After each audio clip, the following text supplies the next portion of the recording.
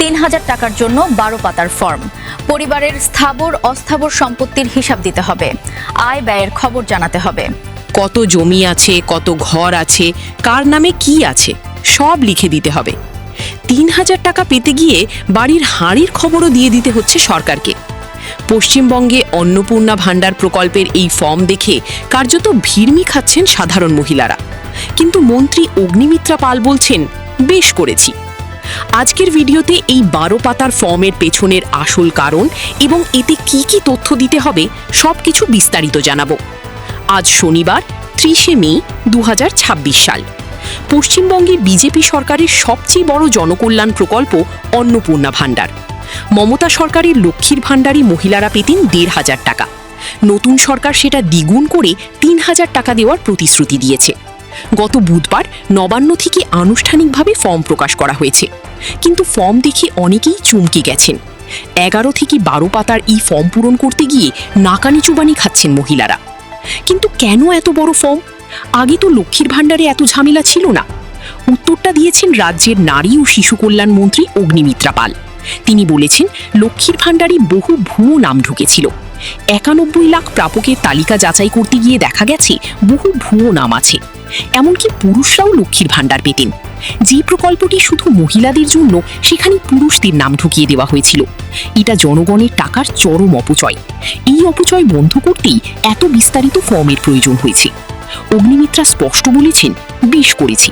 যা করলে জনগণের জন্য সঠিক হবে, জনগণের টাকাকে সম্মান দেওয়া হবে ও রক্ষা করা হবে, সেটাই করেছি।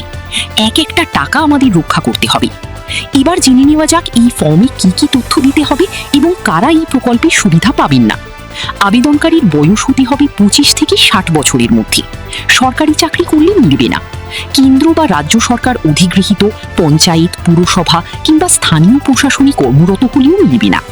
অগ্নিমিত্রা এ প্রসঙ্গে বলেছেন, তিনিও বলেছিলেন অটো ট্রান্সফার হবে, কিন্তু যখন ৯১ লাখ প্রাপকের তালিকা যাচাই করা হলো তখন দেখা গেল বহু ভুয়ো নাম।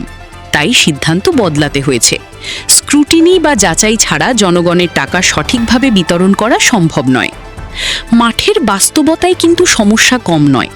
১২ পাতার ফর্ম প্রিন্ট করানোর খরচই একটি সাধারণ পরিবারের জন্য বোঝা। গ্রামের অনেক মহিলা পড়তে জানেন না, লিখতে জানেন না। তাদের পক্ষে এত তথ্য সমৃদ্ধ ফর্ম পূরণ করা প্রায় অসম্ভব। যদিও মুখ্যমন্ত্রী বলেছেন বিধায়করা এবং বিডিওরা বাড়ি বাড়ি গিয়ে ফর্ম পূরণে সহায়তা করবেন, কিন্তু বাস্তবে সেটা কতটা ঘটছে সেটা বড় প্রশ্ন। অন্যদিকে ডিবিটি বা ডাইরেক্ট বেনিফিট ট্রান্সফার লিঙ্ক করানোর জন্য দীর্ঘ লাইন দিতে হচ্ছে মহিলাদের।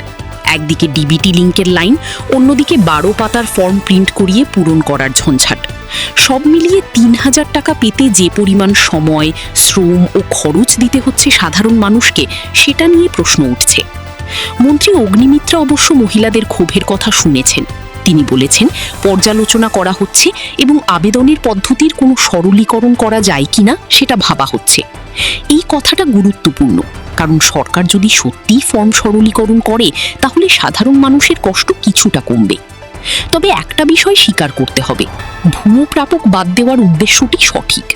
জনগণের করের টাকা যাতে সঠিক মানুষের কাছে পৌঁছায় সেটা নিশ্চিত করা সরকারের দায়িত্ব। কিন্তু সেই দায়িত্ব পালন করতে গিয়ে সৎ এবং সত্যিকারের প্রয়োজনে থাকা মানুষদের যেন হয়রানি না হয় সেটাও দেখতে হবে। মুখ্যমন্ত্রী শুভেন্দু ইতোমধ্যে জানিয়েছেন, ২ জুনের মধ্যে ফর্ম পূরণ করলে প্রথম দফায় ৩,০০০ টাকা পাওয়া যাবে। ফলে সময় খুবই কম। যারা আবেদন করতে চান তাদের দ্রুত ফর্ম সংগ্রহ করে পূরণ করে জমা দেওয়া উচিত।